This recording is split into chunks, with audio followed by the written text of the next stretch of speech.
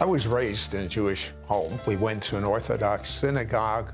I remember as a young kid, my parents were into athletics. Their particular sport was poker.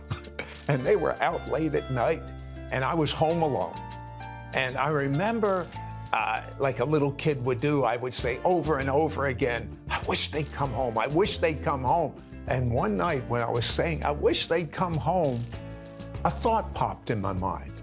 What happens when you die? And in Judaism, we don't talk about death. It's a l'chaim, to life. I'd never even pondered that thought. The only conclusion I could come up with is you cease to exist.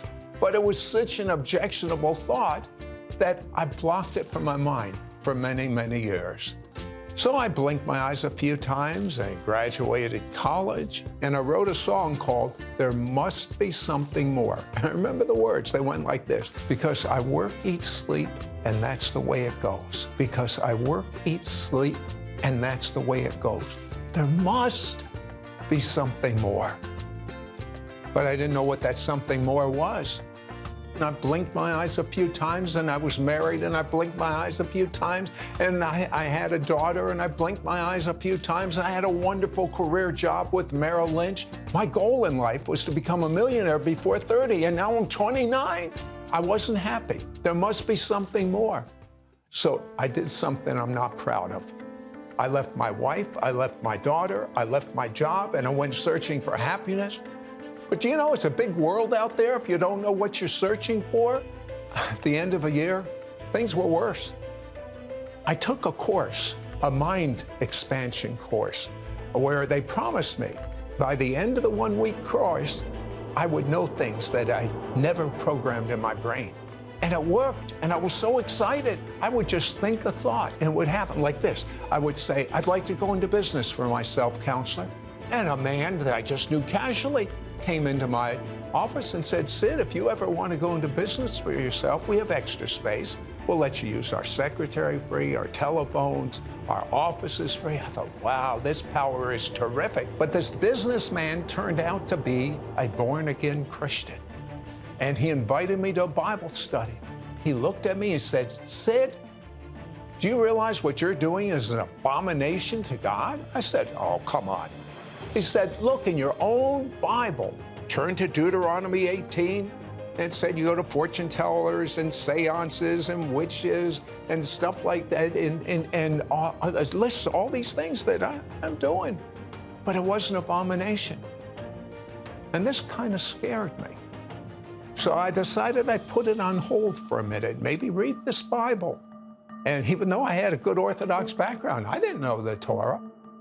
And at that time, I went into a bookstore, and I went into the New Age section. And there's a book called The Jew, the Bible, and the Supernatural. I'm Jewish. I'm looking at the Bible now, and I'm into the supernatural. Perfect. I read the book, and it says it's an abomination for anyone to be involved in the occult or New Age. But for a Jew, it's worse. It listed famous Jewish people that dabbled in the New Age like I was doing and lost their life. And the one that really hit me was Brian Epstein. He was the Jewish manager of a group called the Beatles. They went to the Himalayas, Brian went with them, and at that time only one died. The Jew, Brian Epstein. He had everything I was looking for. Fame, money, everything he wanted. But he's dead. This really scared me. About that time, I became convinced I had something evil inside of me, and I wanted it out. I reached my point, my absolute limit. Life was too hard. I gave up. Death looked better than life. And so one night, I didn't want to live anymore, but I prayed a 2-word prayer from a broken heart. Jesus, help. And when I woke up in the morning, I was shocked I was alive. But more than alive, there was something in my room. The whole atmosphere was alive with the love of God. I'd never experienced anything like this before. And I knew that that evil inside of me, it was gone. And I knew it had to do with that prayer, Jesus. And then I heard the audible voice of God for the first time in my life. And you know what he said to me? He said, I hate divorce. Return to your wife and daughter. And God restored my marriage, gave me back my daughter. And my wife and I have now celebrated our 51st wedding anniversary. I know that when I make a mistake, He not only will give me the power to overcome, but He'll wash it away. And there's nothing disturbing this intimacy, this love of God. When you know God, you have everything. When you just know about Him, you have nothing. What do you have? That's a question for all of us. What do you have? When you just read about God, when you just think, okay, He's something described in a book, but you don't have the relationship, you don't know Him, you haven't heard His voice, you've never sensed His presence, then you're searching. And you're searching for meaning, you're searching for purpose, you're searching for what was I made for? Why am I here? All of these questions get answered when He shows up. And you know, and now you know with certainty that you were made for a relationship with Him. Anyone who is dabbling in the occult or the supernatural, and I don't care how it's phrased these days, there's all kinds of different manifestations of it. At the core, you're looking for God. You're looking for that purpose. You're looking for that meaning. You're believing some kind of lie that you can, become powerful, or you can become this, you can become that. And in that, you're denying who you are. And who are you really? Well, you're made in the image of God.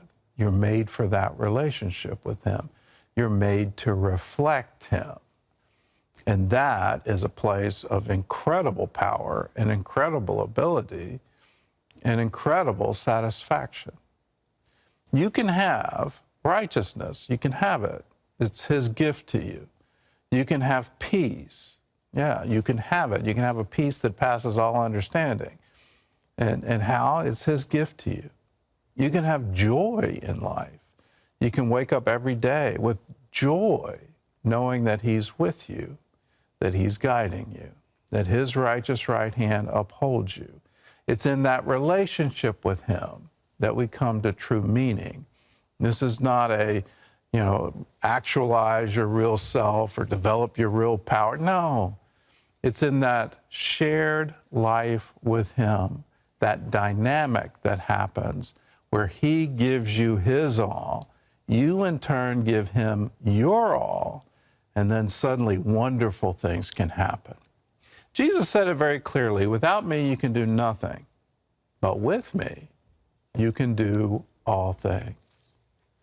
If you want to ask Him into your heart, we're here for you. All you have to do is call us and say, I would really like to know this Jesus you're talking about. I hear that He'll talk with me, He'll live with me, He'll be in my heart, and we'll pray with you. We'll show you how to proceed, what to do. All you have to do is pick up the phone, 1-800-700-7000. Hello, I'm Gordon Robertson. Thanks for watching the video. Be sure to like, subscribe, and hit the notification bell for more encouraging videos like this one. Welcome to the 700 Club Interactive family, and God bless you.